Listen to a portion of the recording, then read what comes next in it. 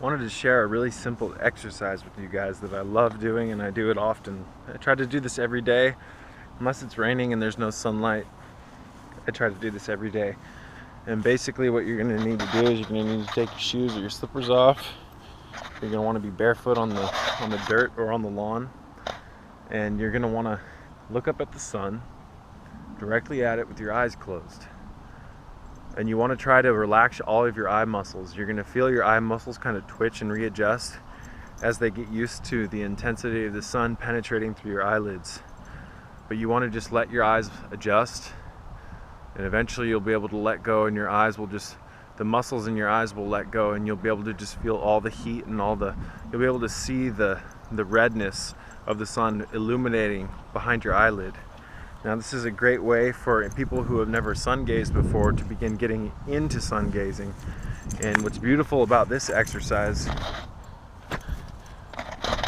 is that it allows you to pretty much look up at the sun at any time of day.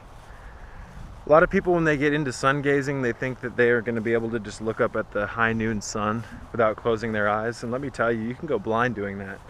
So if you are going to sun gaze, you essentially really want to only sun gaze with your eyes open during the first hour of sunrise or during the last hour of sunset. And that's when the sun isn't so intense that it'll cause damage to your eyes, the rods and cones in your eyes, etc. So, you know, I like to do both, but I find myself doing more of the closed eye sun gazing just due to the fact that I'm not always up at the first hour of sunrise. I'm not always around.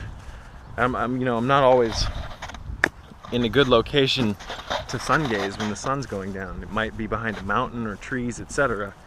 So I like to come out here at like noon, between noon and 5 p.m. and I like to just, again, you just look at the sun, you close your eyes will have kind of a natural tendency to want to squint, as you see I'm doing, but you just want to let the forehead muscles relax and the cheek muscles relax and just let that sun come in. And you can do that anywhere from a minute to 5 minutes.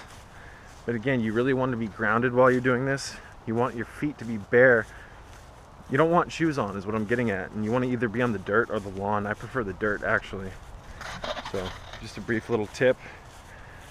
Again, there's a lot of stuff out there about sun gazing. A lot of people think that it's bad for you, but I've been practicing sun gazing for years, and it's done nothing but improve my vision. So I know that's going to be hard for the average American to believe, because the average American's been programmed to think that the sun's his or her worst enemy. So they've taught you that you need to put sunscreen on to protect you from the sun. And have you ever looked up what's in sunscreen? I mean, come on. Or are you one of these people out here that just put stuff on your skin even though you know nothing about the ingredients? So that's great that you think you're doing something good for yourself. Ooh, sunscreen. But it's not good that you don't know anything about the ingredients. And that's kind of the convenience lifestyle programming that people are living in accordance to here in this matrix, where, oh, I was told the sun's bad. I was told I need sunscreen. I'm just gonna buy it and put it on me even though I know nothing about it. I mean, come on. You've got to learn to do counter research. Otherwise, you're gonna get fist fucked by a lack of research. So, again, they've taught you that the sun's your enemy. The sun's your enemy to a large extent because you eat the wrong foods, you drink the wrong fluids, you don't pray enough. The sun is the giver of all life. And man, when I was a young boy, when I was getting my injections, when I was taking medications, when I was eating all the wrong foods, during summer, if I was in the sun for too long, I'd literally burn so bad that, I'd peel for a good week afterwards. I can be in the sun now twice as long as I used to be able to be, and I don't even get burned. But I clean my skin. I drink hibiscus flower tea. I take fulvic acid. I pray to the sun. I work with the trees. I work with the elementals. I'm working with nature, and due to that, I don't get burned by the sun. So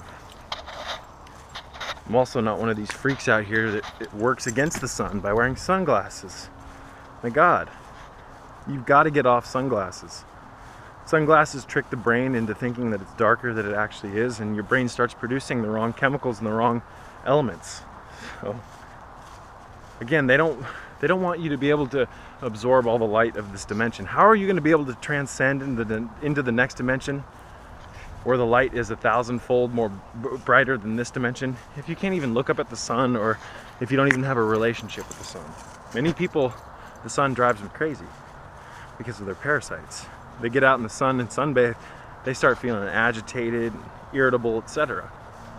So, again, just to wrap things up, stand barefoot on the earth, look directly up at the sun, close your eyes, relax your eye muscles, and allow the heat and the light of the sun to go into your eyes through your eyelids. You'll be able to see the redness of the sun penetrating through your eyelid.